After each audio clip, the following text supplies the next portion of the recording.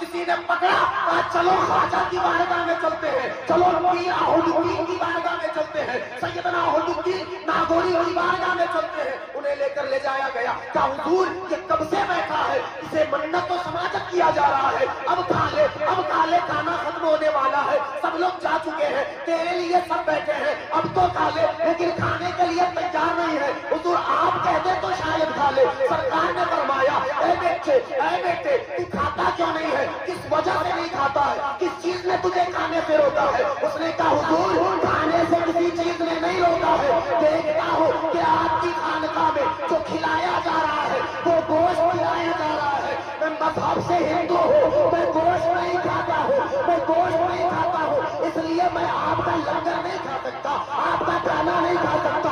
اللہ کی عزت کی قسم مسلمانوں، آج آپ کہتے ہیں ایک آدمی کے لیے نظام نہیں بدل سکتے، ایک آدمی کے لیے طریقہ نہیں بدل سکتے، ایک آدمی کے لیے سلیقہ نہیں بدل سکتے۔ حضرت پیر عہد الدین فرماتے ہیں آج کے بعد قیامت تک اس خانقاہ میں سادہ کھانا بنے گا، دال روٹی بنے گا، تاکہ اپنے بھی کھائے بیگانے بھی کھائے، کسی کو کھانے سے انکار نہ ہو۔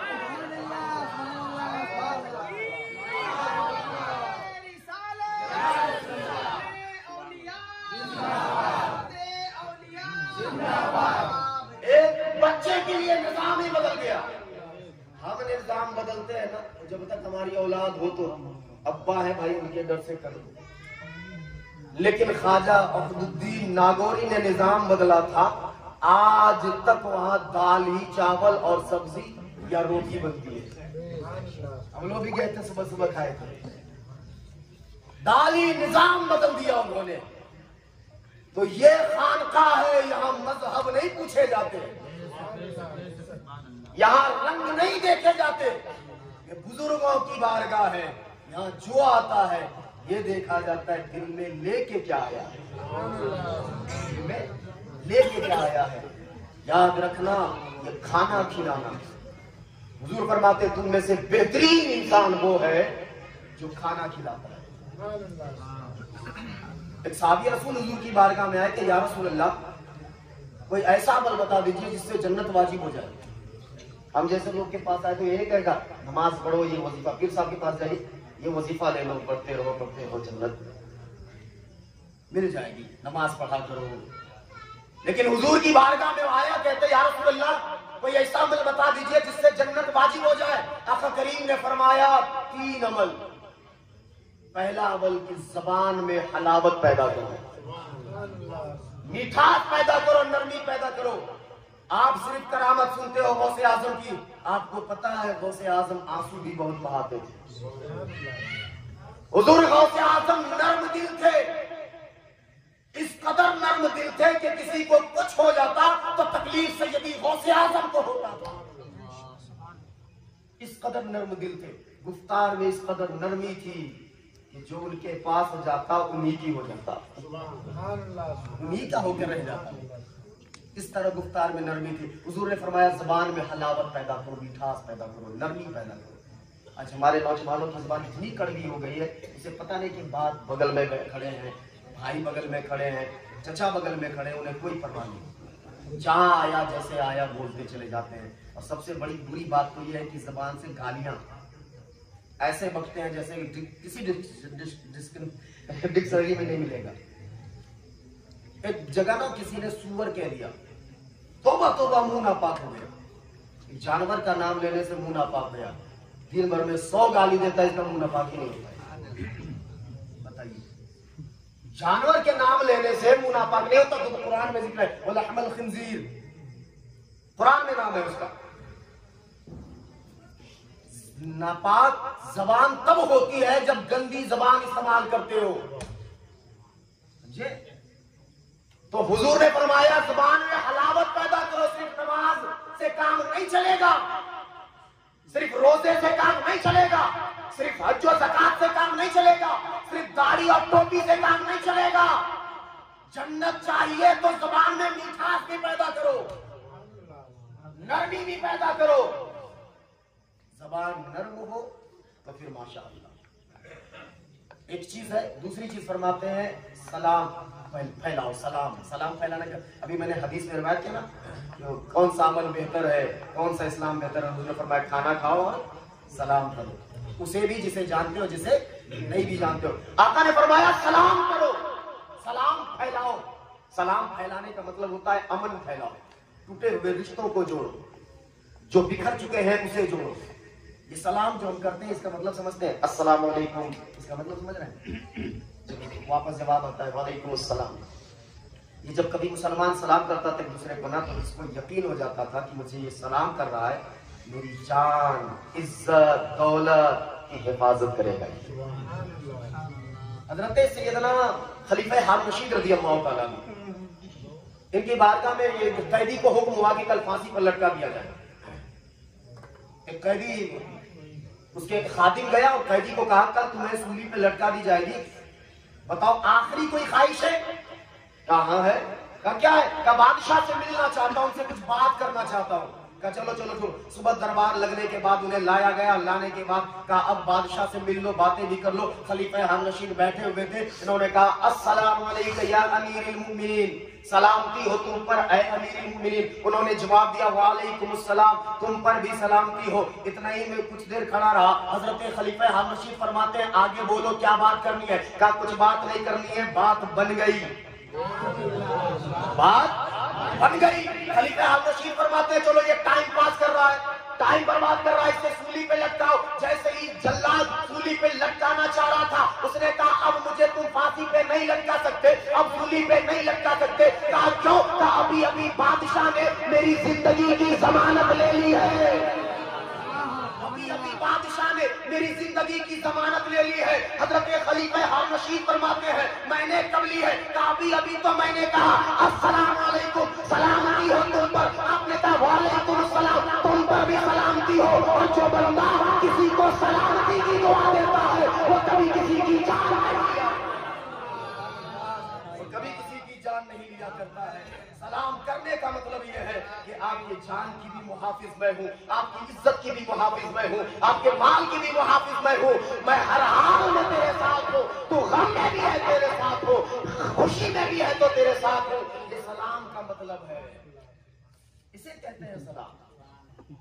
اگر آپس میں محبت پیدا کرنا چاہتے ہیں تو سلام پھیلاؤ. اور سلام صرف سلامتی کی دعا نہیں ہے, یہ ذکر خدا بھی ہے. اللہ کے ناموں میں سے ایک نام سلام بھی ہے, اللہ کے ناموں میں سے. اب ذرا سوچئے کہ آپ جب سلام کرتے ہیں کسی کو تو دعا بھی دیتے ہیں, ساتھ میں اللہ کا ذکر بھی ہوتا ہے. اس سے بڑھ کر کیا چاہیے؟ بندہ دن رات تو یہی نہ کرتا ہے کہ اللہ کا ذکر کروں, اب دعا بھی دے اور ذکر کے ساتھ دعا دے. فقط یہ کہہ دے کہ سلامت رہو تو کام, اس میں بھی خوش ہو جاتا ہے بندہ, چلو سلامت رہو کہا اچھی بات ہے, لیکن وہ اگر کوئی کہہ دے اللہ سلامت رکھے تو پھر بات بن جاتی ہے, بات بن جاتی ہے. جب کوئی بندہ کہتا ہے السلام علیکم تو یاد رکھنا یہ فقط سلام کی دعا نہیں ہے, اللہ کا ذکر بھی ہے, نبی کی سنت بھی ہے, نبی کی سنت بھی ہے, سنت نبوی بھی ادا, سنت نبوی بھی ادا ہو رہی ہے, سلام بھی ہو رہا ہے, دعا بھی دے رہا ہے اور ذکر خدا بھی ہو رہا ہے. یہ دو چیزیں اپنی زندگی میں لاتے ہیں. فرماتے ہیں کہ تم بہترین انسان ہو, بہترین انسان ہو, تو یاد رکھنا اگر ایمان والے ہیں, مسلمان ہیں, تو فقط نماز و روزہ پہ ہم نماز پڑھتے ہیں تو بھائی اب تو ایسا نہیں ہے. اس کے لیے اپنا اخلاص, اپنی عادت کو سنوارنا پڑے گا. سرکار سیدی غوث اعظم نے پوری زندگی, آج آپ کھانا کھلانے کے سرکار غوث اعظم کا یہ آج جو بٹ رہا ہے نا پوری دنیا میں غوث اعظم کا لنگر, یہ خود غوث اعظم نے اپنی زندگی میں شروع کر دیا تھا. کوئی انتقال کر جائے کوئی پیر صاحب تب جا کے لنگر شروع ہوتا ہے نا, عرس ان کا شروع ہوتا ہے, تب جا کے شروع ہوتا ہے. جب انتقال کر جائیں تب جا کے ان کے نام پر کھانا کھلایا جاتا ہے یا لنگر ہوتے ہیں, وہ بھی عرس کے دن, روزانہ نہیں. لیکن سرکار سیدی غوث اعظم کا فیضان آج بھی بغداد جائے اور روز لنگر بنا کرتا ہے. یہ تو بغداد کی بات کہو کہ لوگ بغداد کیسے جا کر کھائیں, آج بھی ہندوستان میں کئی سو جگہ ہے. آپ کو جگہ کا نام بھی بتا دیتا ہوں, چلے جائیں مدائن شریف, آج بھی لنگر